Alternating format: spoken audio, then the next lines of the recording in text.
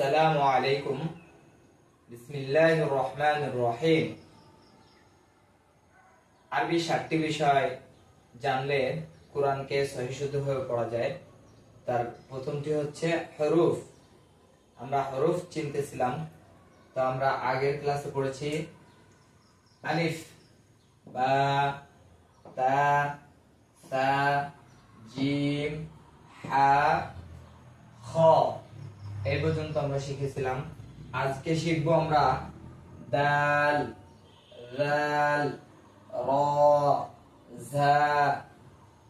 দাল এবং জাল উভয়টা দেখতে একই রকম, এখানে শুধু নোক্তার পার্থক্য হয়েছে।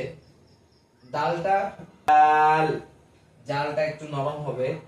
জাল, র, ঝা, যেটার যে উচ্চারণ আমরা সহিশুদ্ধভাবে বারবার পড়ার চেষ্টা করি, তাহলে আমাদের পড়া আস্তে আস্তে সুন্দর হবে ইনশাআল্লাহ।